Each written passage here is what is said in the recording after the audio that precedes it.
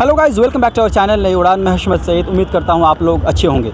आप में से बहुत सारे लोग हैं जो जामिया मिलिया इस्लामिया MCRC के बारे में पूछना चाहते हैं। AJK MCRC Anwar Jamal Kidwai mass communication research centre. इसमें अगर हम मेजरली बात करें तो 3 बड़ा कोर्स है। MA mass communication, MA conversion journalism, MA development communication. उसके अलावा विजुअल इफेक्ट है, तो उसमें अगर आप जानना चाहें तो हम आपको अलग वीडियो में बताएंगे। आज की इस वीडियो में बेसिकली हमारा जो मेन फोकस होगा MA कन्वर्जन जर्नलिज्म के ऊपर।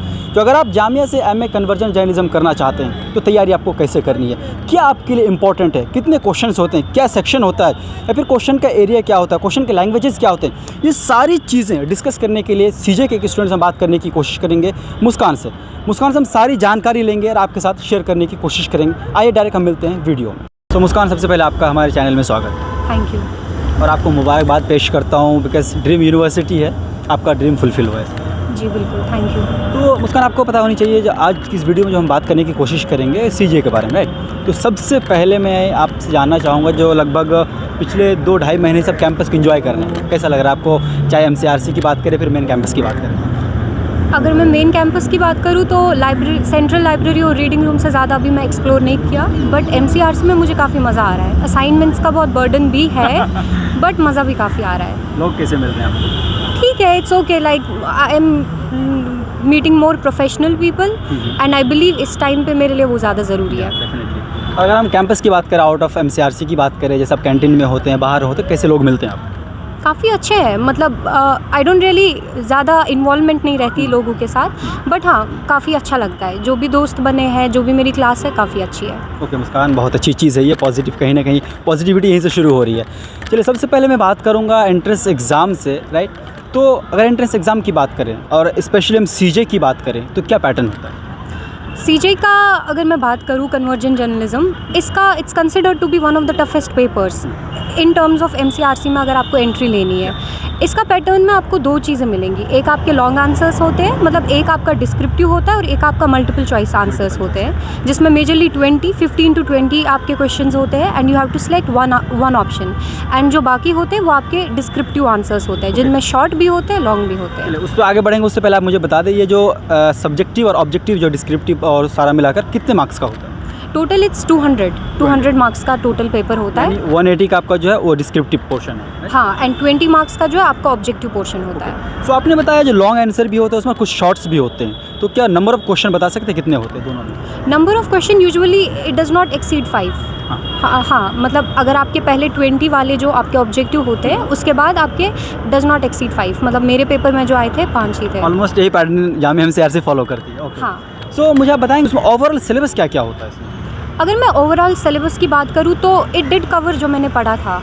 मतलब आपका जनरल जो नॉलेज है, current affairs I would say, वो आएगा। हमारे में बुकर प्राइज़ आए थे, who won the recent Booker price.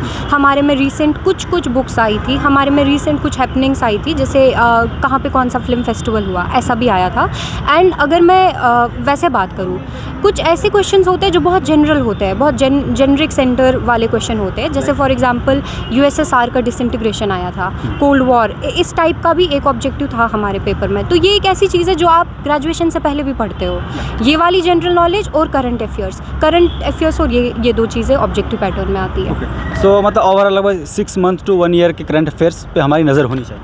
बिल्कुल। मैं 6 मंथ्स ही बोलूँगी, क्योंकि मैंने अपनी प्रिपरेशन मतलब करंट अफेयर्स के लिए मैंने स्टार्ट किया था पिछले अक्टूबर से, एंड देन आई कंटिन्यूड। उसके बाद मेरा करंट अफेयर्स का यूजुअली वीडियो से ही कंप्लीट होता था, बट हो गया था। क्या सोर्स था आपका? इफ़ आई टॉक अबाउट मेरे करंट अफेयर्स के क्या सोर्स थे, then it was YouTube. And मैंने एरिहंत की GK बुक भी लाई थी। But to be honest, you don't really need to rely on books if you have access to YouTube. आपकी चैनल भी काफ़ी बार मैंने देखा गाइडेंस के लिए कैसा होता है। बहुत सारे लोग जो है ना न्यूज़पेपर को प्रेफर करते हैं। मेरे लिए newspaper was the main source of कोई भी प्रिपरेशन के लिए। न्यूज़पेपर मेन था। मैं बहुत सारे तो पढ़ती थी, बट मेरा जो मेजर फोकस हमेशा रहता था वो था द हिंदू। मैंने लास्ट अक्टूबर से द हिंदू पढ़ना स्टार्ट किया। एंड ये वाली चीज़ मतलब मेरे टीचर्स ने सजेस्ट किया था जहाँ मैं ग्रेजुएशन करती थी। ये वाली चीज़ मेरे लिए बहुत हेल्पफुल रही। ऑपेड्स, उनके टेक्सचुअल जो पेपर होते हैं, उनका जो स्टेट के लिए अलग होता है, नेशन के लिए अलग होता है। हर न्यूज़ को आप फॉलो करते हो हर दिन, तो इट बिकम्स लाइक आपको करंट अफेयर्स फिर पढ़ने की ज़रूरत नहीं है, क्योंकि आपके दिमाग में सेट हुआ रहता है वो। सो गाइज़, ये था हमारा जो MCQ का सेक्शन। अब चलते हैं जो डिस्क्रिप्टिव वाला है। डिस्क्रिप्टिव में बारे थोड़ा सा बता दें।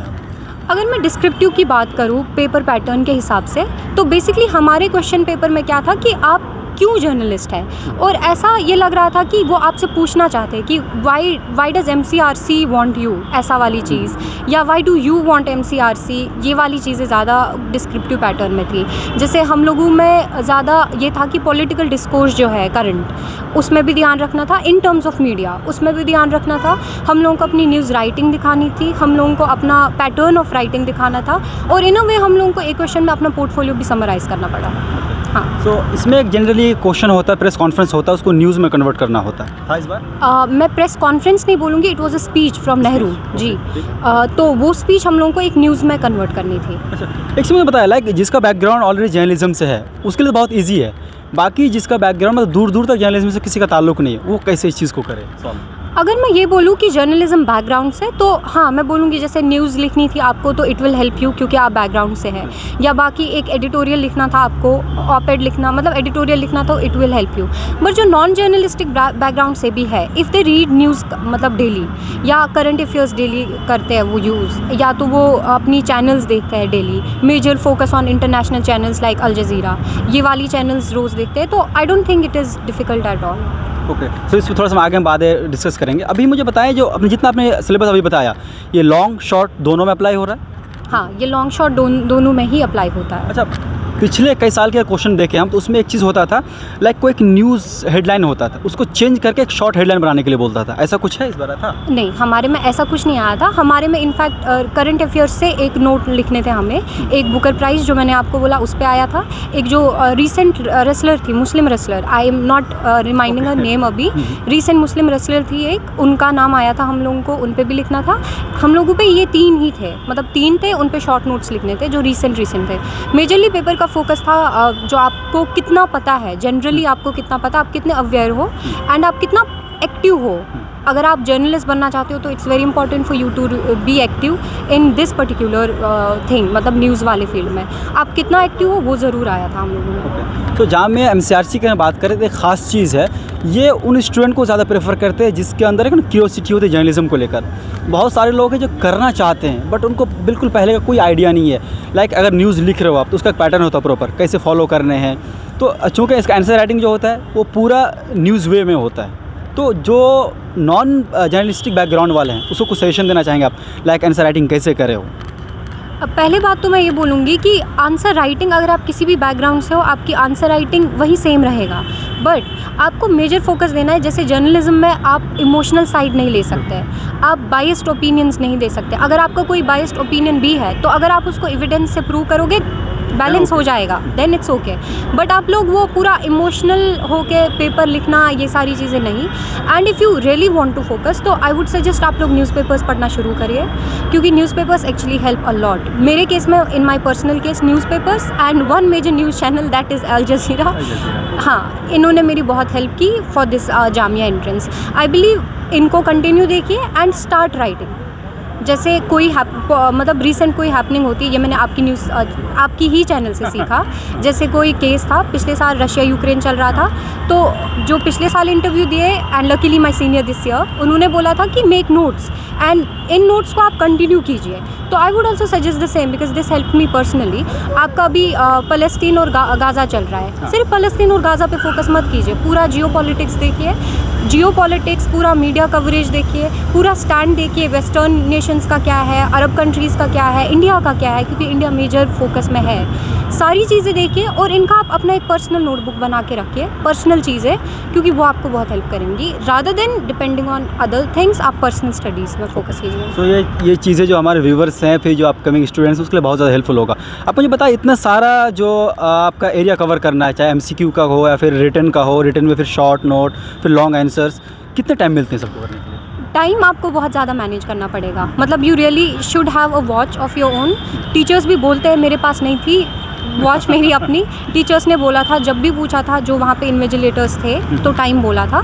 बट ऐसा होता है कि आपका जो सीजे का पेपर होता है, मैंने मास कॉम भी दिया था एंड मेरा हो गया था वो भी, पर आपका जो सीजे का पेपर होता है ये बहुत लेंथी होता है। मतलब आपसे एक लाइन में ये लोग बहुत सारी चीज़ें मांगते हैं। जैसे हमारे में एक क्वेश्चन था कि it was related to radical journalism.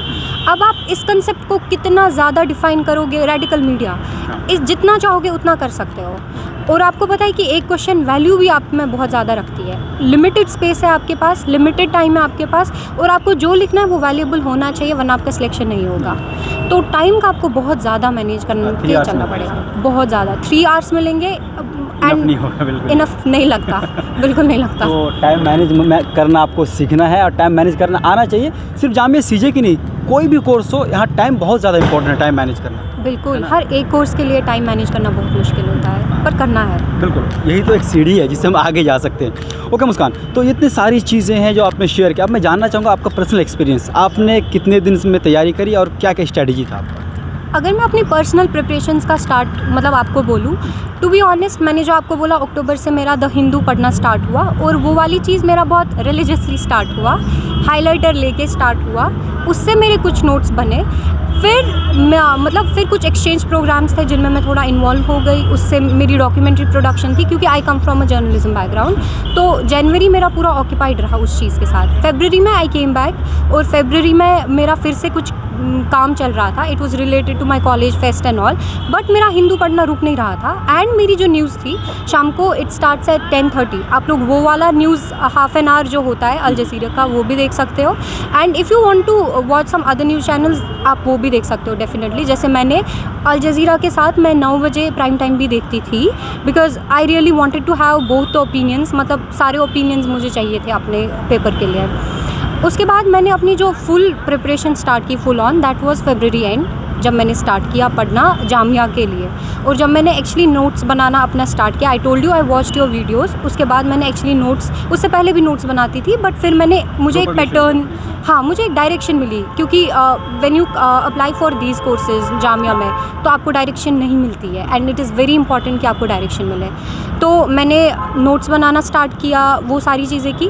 फिर मेरा फुल ऑन प्रिपरेशन ये चलता रहा, एंड देन इन अप्रैल मैंने जीके पढ़ना, करंट अफेयर्स पढ़ना शुरू किया, क्योंकि मुझे ऐसा लगता था कि करंट अफेयर्स अगर मैं पहले से पढूं तो मैं भी याद रहे याद ना रहे, और जो चल रहा है उसको चलने दो, बट पेस मेंटेन करनी थी। एंड आपका ऐसा होता है कि जैसे जामिया के एग्ज़ाम्स मई जून में होते हैं, और आपके जो फाइनल ईयर ग्रेजुएशन पेपर्स होते हैं वो भी सेम ईयर में ही होते हैं। ऐसा मेरे साथ हुआ था, हमारे साथ भी यही हुआ। हाँ मेरा पेपर एक साइड से ख़त्म हो रहा था, दूसरे साइड से जामिया था। इनफैक्ट मेरे लास्ट पेपर के दिन ही मेरा जामिया का रिज़ल्ट आया था, पहला राउंड क्वालिफाई हुआ था, फिर पोर्टफोलियो बनाना था। तो आपको मतलब मेरा पर्सनल ये रहा है, self studies, determination and consistency. अगर आप एक ही घंटा जामिया को दे रहे हो एक दिन में, मगर कंसिस्टेंटली रिलीजियसली दे रहे हो, इट्स इनफ। मगर उसको दो और पढ़ो, जो चाहते हो वो पढ़ो।